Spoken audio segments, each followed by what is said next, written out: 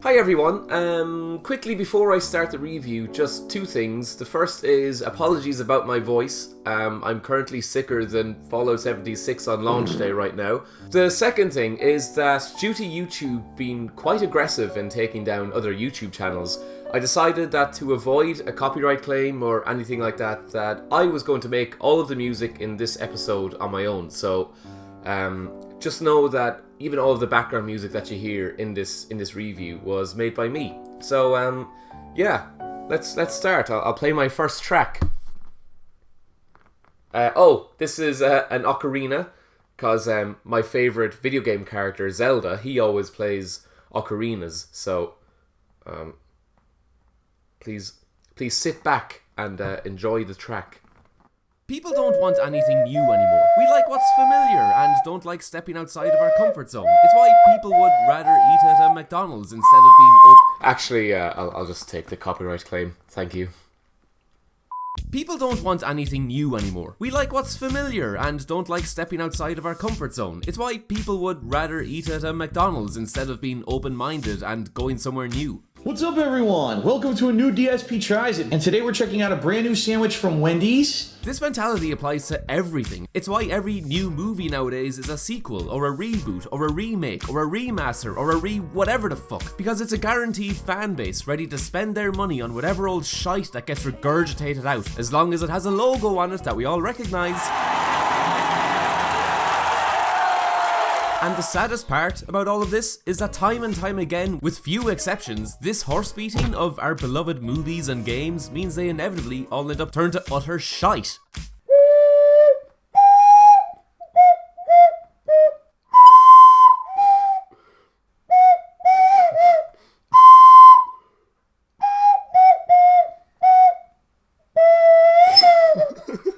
So it's with all this talk about franchises that I really want to give a shout out to Ubisoft, because even though nowadays Ubisoft make their games with the same care that Boeing make their airplanes, back in the day Ubisoft broke new ground, and instead of ruining an existing franchise, they took a franchise that you've never even heard of and fucked that one instead! Largo Winch. I have only one intention: find out who killed Largo Winch. If you live outside of France, chances are that you've never even heard of Largo Winch. What started out as a series of books in Belgium, Largo Winch was later turned into graphic novels, a TV show, and even movies. The premise is pretty much a mix between Batman and James Bond. An orphaned child has left his dad's massive fortune and business empire and then travels the world, foiling villains and riding young ones. Hup ya bio. I got the first Largo Winch graphic novel to read for this review, and it's fun for what it is. I guess. It's from the 90s, it's pulpy, tries hard to be cool, and horribly mistreats its women. Bit like Riot Games. I mean, there's a scene where Largo and his friend escape from a grimy prison in Istanbul after days in solitary confinement, and then these two rich, beautiful women take them in and immediately want to have sex with them, even though they would be reeking. Then one of the women gets her throat cut a few panels later. The other woman lived, though. Well, I say lived, God only knows how many sexually transmitted diseases she got. She probably looked like the dead owl one from The Shining shortly after this. And then came Ubisoft with Largo Winch, Empire Under Threat. So, at a first glance, the cover of the game doesn't look that bad. The titular, Largo, is looking suave and stylish and tanned and a bit confused at life, but then it all falls apart when you look at the back of the box, where in a font dangerously similar to Comic Sans, it says, "Become Largo Winch, the billionaire in blue jeans." What? He's wearing grey suit pants, you fucking... So before you even get to a menu, the game opens up with possibly the most terrifying cinematic of a video game character trying to talk. Largo, if you're watching this taped will, it means that I'm dead.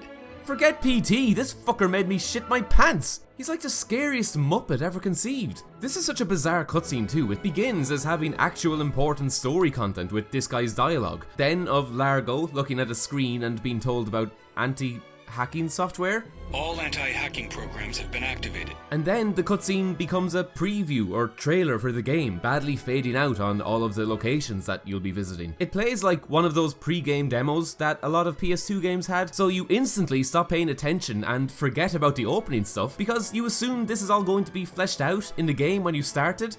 But No, this is the only time you see this cutscene of Largo's dad talking to Largo before he dies, and Largo speaking to some guy. It's so strange. When you do get to start a new game, we see a 15-second cutscene of someone who we don't know gets shot in a motel, and then it suddenly cuts to a charity gala where Largo is making a speech about some third world country getting a shipment of milk. Of milk! And any hope that you may have had for this game being good practically leaps out of the fucking window when you hear the delivery of Largo's voiceover. And it is with great pleasure that I have the privilege of telling you that at this very moment, a freighter chartered by Group W, containing some 70,000 tons of milk, has just made its departure for Janavia. Fucking dude talks like Microsoft Sam! So the core gameplay of Largo Winch is a third-person action adventure, and I use those words as carelessly as Todd Howard uses DLC and microtransactions. How much horse armor did you sell? People will buy anything. The game plays a lot like the later Broken Sword games. It's a point-and-click game where you have full control of your character and have to search around for clues or items to solve a puzzle that allow you to proceed. Another secret passage? I thought I knew Sarjevane like the back of my hand. I was kind of excited when I found out that it was one of those types of games, because some of my favourite gaming memories are from playing the old Broken Sword games, so I was looking forward to getting that same type of experience. This game is a fucking train wreck! Porca miseria! My bleeding heart! A lot of people think that I only ever focus on the bad things that I find in games and leave out all the good stuff.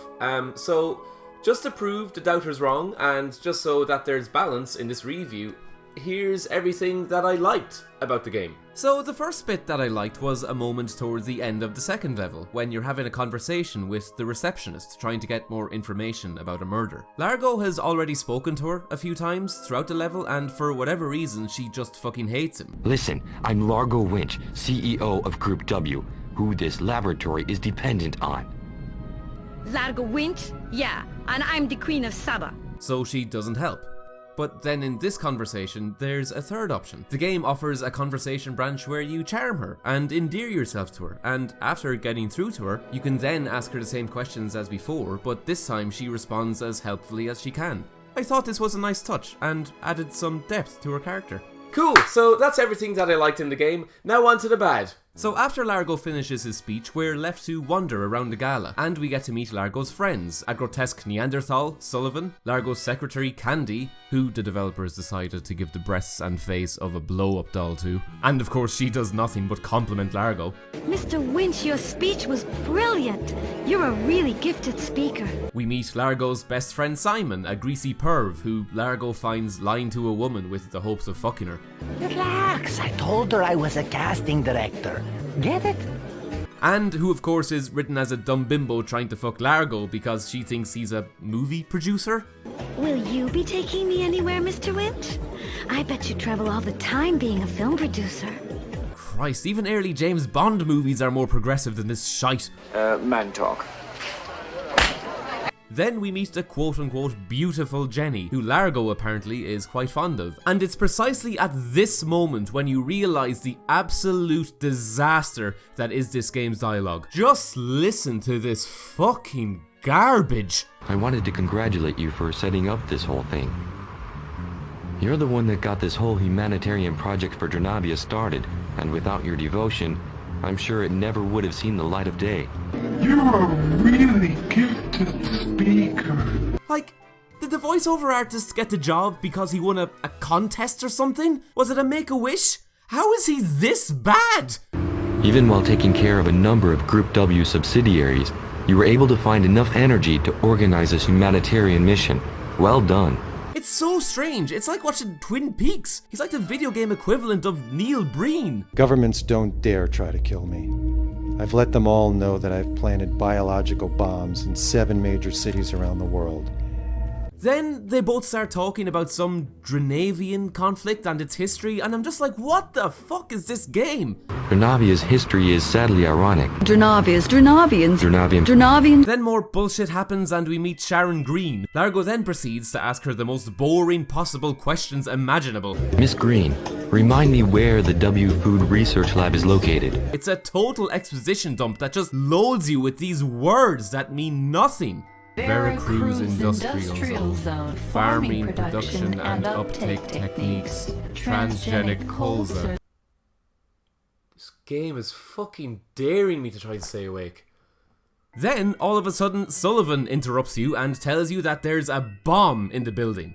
Was it this game? And that we're all locked in. Simon, the perv, then says that he's going to try and pick the lock and proceeds to take all of eternity trying to do so. When all I'm thinking is that it's a glass door. It's glass. Just smash the fucking thing. You're on a balcony that overlooks the ground floor. Just tie up that rug to a railing and climb down. But no, the game's like fuck it. And even though there's a bomb that's set to go off, Simon casually makes quips. It's a new kind of lock.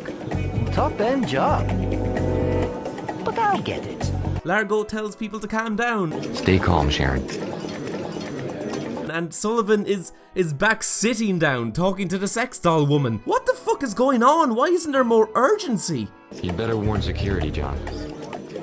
They're all busy downstairs discreetly trying to get the press out. Discreetly trying to get the press out? What? Who cares about the press? What if we explode? Then Largo also lies to the poor bimbo woman and talks to her like she's a fucking child. It's nothing serious, Samantha. The door seems to be blocked and we need a handyman, Simon. We then have to get Largo to climb out onto the terrace, in which he says to Jenny, "It's no big deal, Jenny. I love doing acrobatics in a tuxedo." With the delivery, I'm not entirely certain if this is a fun quip or if Largo is an invalid. So Largo climbs along the outside of the building and opens a window with a press badge that we picked up earlier. But I still can't open the glass door from the other side. I also very clearly find where the bomb is located, but this dope can't figure out a way to slide the panel open. Turns out we're missing an item, so cue 40 fucking hours of searching for something that opens the panel, and oh look, back on the balcony with Jenny, there's a trowel. Wow, what a wonderful way to spend my time. Cheers, game. So Largo opens up the panel and the bomb ends up being an alarm clock, to which Largo immediately realizes was planted to get Largo away from the documents. Jesus, Sharon Green's documents. What? Then Largo hears a commotion and apparently two masked men who we never see broke in and stole the documents.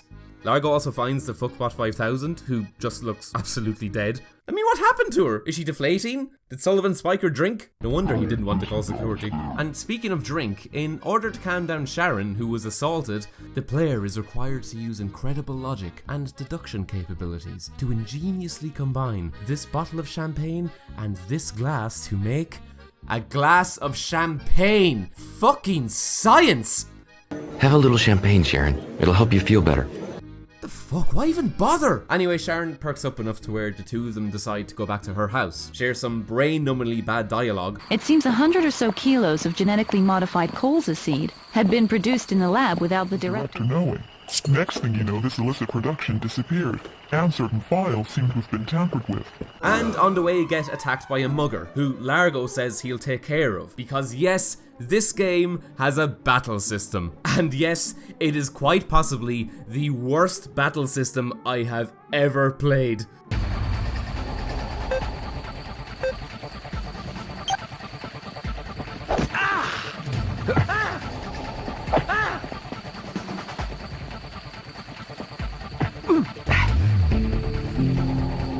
The fighting system in this game is turn-based.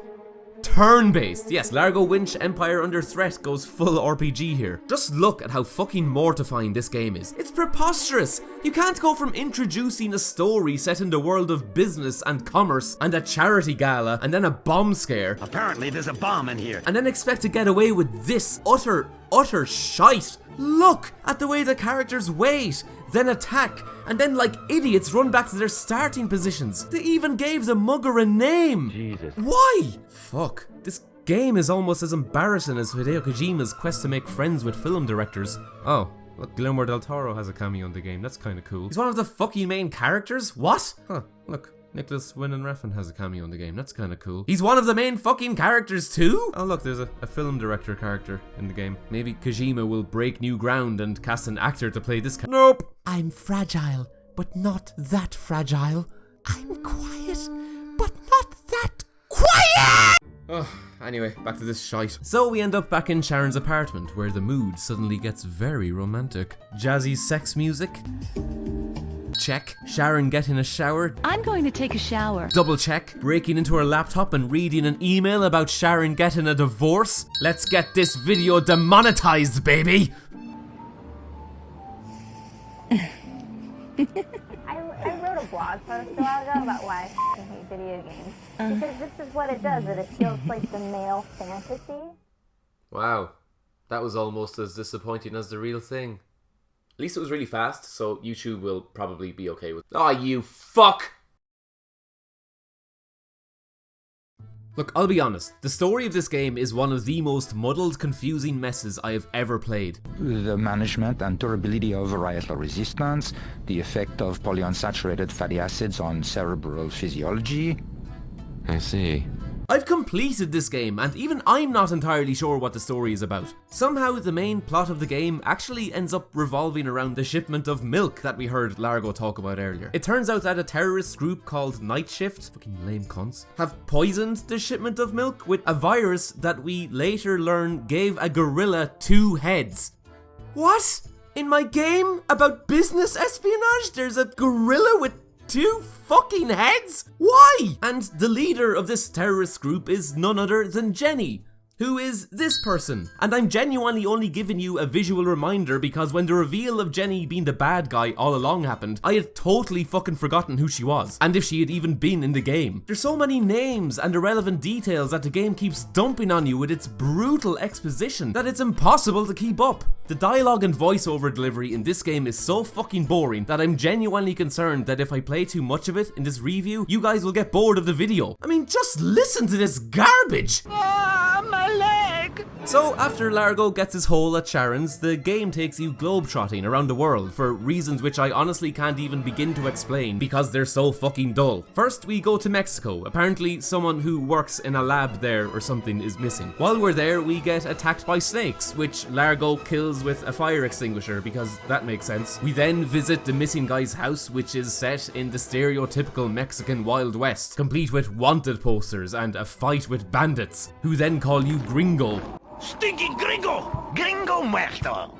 I mean, I keep saying it, but what the fuck is this game? There's also this lovely view of the Mexican countryside where there's supposed to be houses in the distance, but the developers quite clearly just placed miniature models of houses down instead and hoped they'd get away with it. Okay, one last time. These are small, but the ones out there are far away.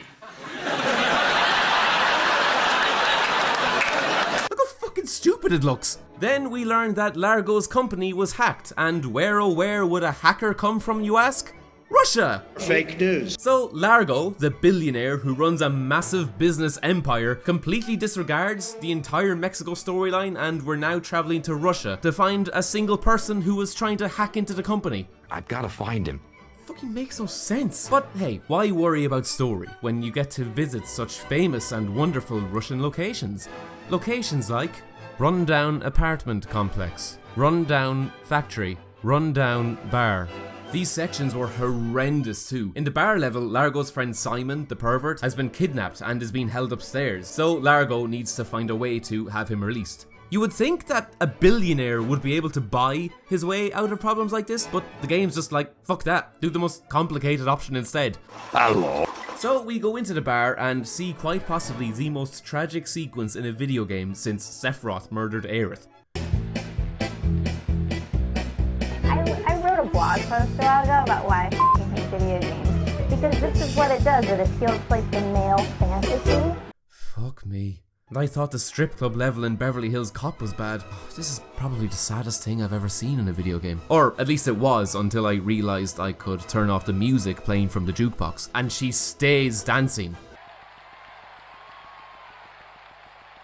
Oh god. Now it just feels uncomfortable. It's like watching a rape. So eventually we save Simon and find the elusive hacker in an airfield. There's a terrible sequence where the hacker is shooting at Largo and I have to evade him while getting closer to him. But the game completely fucks me because you can't tell where the hacker is or where you're supposed to go, so he just ends up killing me. Careful. If I go that way, I'm a sitting duck for Vladimir.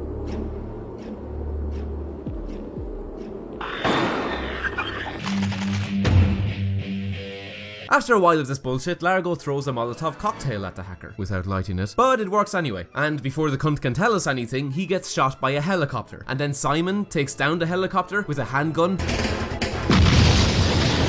Then we're launched into another fighting sequence, and one of the enemies has a comically large hammer.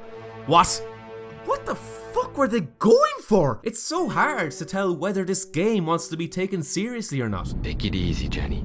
You're about to have a nervous breakdown. It mixes this nonsensically complicated plot around these moments of absolute bollocks. Rajstola Germa!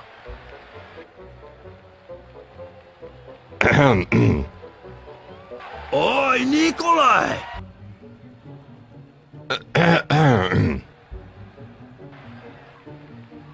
Da! Okay, alright. I'll put Tawny on. Like, there's a section when we return to Largo's company in New York and the servers are offline because someone has hacked into them and apparently has sent everyone in the company nasty and insulting spam emails. Pretty low stuff. Then I have to complete this hacking minigame, which then lets me open Largo's emails and I get to see all of the insults that the spammer has been sending to him. Before we continue, I do just want to put a trigger warning here. Some of the emails are actually pretty heavy and get quite dark, so sensitive viewers, I guess, just skip ahead in the review. But I just thought I'd warn you guys, so here we go. Your father was in a whole other class. Quit. You make me sick, Winch. Group W would be better without you. Wimp. Vermin. Go back into the hole you crawled out of. Bloodsucker! You're a disgrace to Group W, Winch. Wallow in your money and become yesterday's news. You're nothing but a brat. It's time your employees found out. That was rough, but we got through it. Is that the Hunger Games? I know pop culture. What's the Hunger Games one? That. It's not that. Oh, no, that's the bad one. In all seriousness, why the fuck is this even in the game? It literally has absolutely nothing to do with any of the game's plot and doesn't impact the story in any way. Just a waste of time. Actually, what the fuck am I even saying? The whole game is a waste of time. Anyway, if that wasn't exciting enough, then Largo goes back to Sharon's apartment for another hot, filthy sex scene.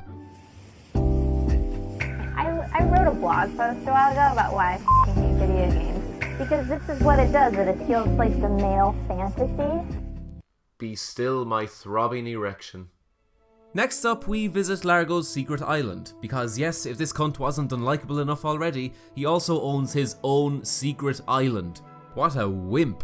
I've been skipping over massive levels in this game quite quickly, both so that I don't have to talk about it, but also to keep the review going and keep it entertaining. But I do just want to highlight now a typical sequence that the game throws at you, and demonstrate how fucking awful it is. So Largo arrives in a small Italian village to get to a monastery that's up on top of a cliff. I ask some of the villagers about it and learn that the shopkeeper knows the monks who live there. So I talk to the shopkeeper who points me toward an elevator that's outside of the village. I find the elevator but it's out of order, it needs a belt to get back working. I find the belt and fix the elevator but now it won't work because it needs diesel. So I have to go back to the village to buy some diesel. On my way I encounter this hysterical woman who's lost her son. I find her son having fallen off the cliff and his leg is broken. Meanwhile I try and buy the diesel from the shopkeeper but I can't buy it from him because Largo hasn't got any money. He's a fucking billionaire who came to a remote and tiny village in Italy and didn't even bother to bring any money. What the fuck? So Largo has to ask the villagers for money but they don't have any. I find a stick that's to fix the kid's leg but I have no tape to tape it onto it. I go to the shopkeeper but the shopkeeper said he sold the tape to another villager. So I find a villager who bought the tape and the villager says he put the tape in the boot of his car but he lost the key. So I have to go find the key. So I find the key, I open the boot of his car and then find the tape. I fix the kid, then go back and talk to the mother and she gives me a pendant. I try and trade the pendants to the shopkeeper for diesel but he won't trade with me because I don't know the name of the mother. So I go back to the mother, I ask her what her name is and she tells me. So I go back to the shopkeeper who trades me the pendant for the diesel. So I put the diesel in the elevator and finally get the elevator working and get this miserable fucking level out of my miserable fucking life. This game is about as fun as milking your own grandmother. And you people wonder why it takes me so long to make these fucking reviews? Fucking beer isn't enough.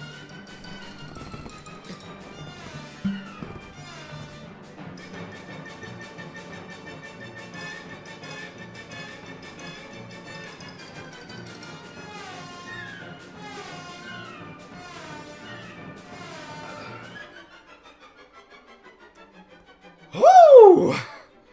So the next few missions see us blow up monastery and go back to Mexico to find a DVD of the two-headed gorilla or whatever.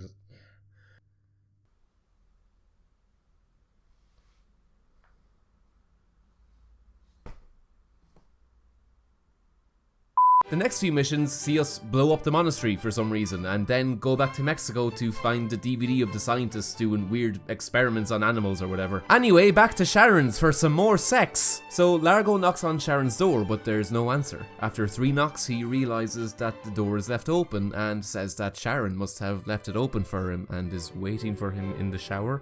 I should have known. She was waiting for me. Yeah, because that makes sense, you fucking maniac. So Largo goes into the apartment and, oh look, who would have thought? It's a trap. He gets knocked out by gas. We wake up to find Sharon in a pool of blood, having been beaten to death with a baseball bat. What the fuck, game? This is a game about two-headed gorillas and secret islands and enemies with giant comedy hammers. You can't just suddenly have a character be violently bludgeoned with a baseball bat. At least Largo immediately lightens the mood with his reaction. No!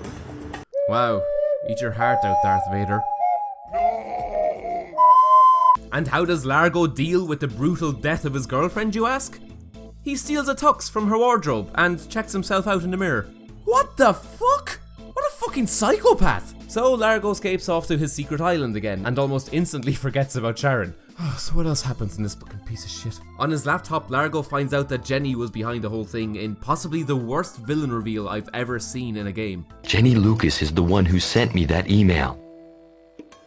I have to repeat that this is the moment where we find out who the main antagonist of the story has been all along. And Largo delivers this information the same way that he'd talk about the fucking weather. Yeah, but that doesn't explain why she organized this trap. The fucking voiceover guy in the Phoenix Games movies is better than this wooden tool. Okay, girls and boys. Then we learn about the villain's main plan, which is to poison a third world nation with mutagen milk. Why the fuck we learned the villain's main plan in the second last level of the entire game? Because fuck you, that's why. Largo then gets attacked on his island by the terrorist group called Night Shift, and he one by one kills them off in ways that in no way resemble the violence that happened to Sharon. They're all goofy Home Alone level bullshit traps. Overpowers a machine and blows the cover off to knock out this guard. Uses the arm of a statue to knock out another guard. Places a shiny necklace down beside a hole so that a greedy guard falls down it. Hangs a guard by lassoing a rope around his neck. Rest in peace, Sharon! So the last level of the game has Largo board the ship that's carrying the poison milk, and he has to single-handedly sneak through it and take down the terrorists. Wow, he's like a mentally defective, overachieving Solid Snake. The sad thing about this comparison is that the game actually makes several references to Metal Gear Solid throughout the story, and it doesn't seem to do it in an endearing way, it just comes across as desperate. As if by borrowing sequences from Metal Gear Solid, it will somehow make the player like their own game more. Moments like in the bar, the player has to write down a phone number that's found on the back of a matchbox, and then you have to call it in the game, which is a clear nod to how you contact Meryl in Metal Gear Solid 1. In the hacker's apartment, there's a voicemail from a character called Olga who talks about Big Boss. The taking down of the helicopter with a gun seems like a clear reference to Snake fighting Liquid in the Harrier. Like, you can't just cherry pick this shit from one of the best games ever made and think by putting it in your game that it will make it good. Idiots. Anyway, we find Jenny and fight her in an embarrassingly bad final battle. I don't even need that. Hand to hand. Jenny dies, the ship explodes, and then we cut to Largo watching the news from his apartment, which tells us that he's no longer being charged with the murder of Sharon. And then literally, as he's watching this story, another girl opens the door to his apartment and stands in it seductively. Then the game ends. I fucking hated this game. There's honestly so many smaller moments that I didn't get to talk about during this review because there was so much wrong with the entire thing. Moments like Largo asking if another character is autistic. Forgive me if I sound rude, but is your colleague autistic? What? The stereotypical names that are given to regional characters. Are you Luigi? Yes, Luigi, at your service. How the boardroom in Largo's company is called the Big Boardroom. This guy. What do you want Vladimir for? Typos. Bad lip sync. Careful, we don't know where we are here. Anything suspicious and I'm coming in. I hope Joy and Simon are doing alright.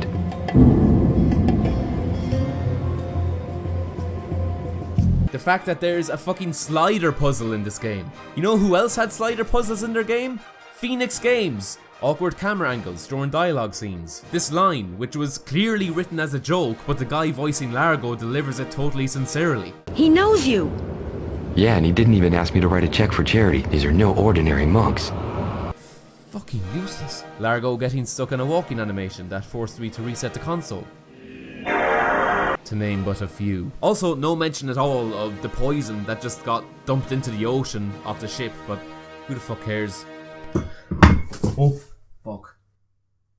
I just spilt my pint of water all over the floor. Fuck this game. Fuck it! I am bound for the promised land. I'm bound for the promised land. Bound for the promised, bound for the promised, bound for the promised, bound for the promised, bound for the promised, bound for the promised land.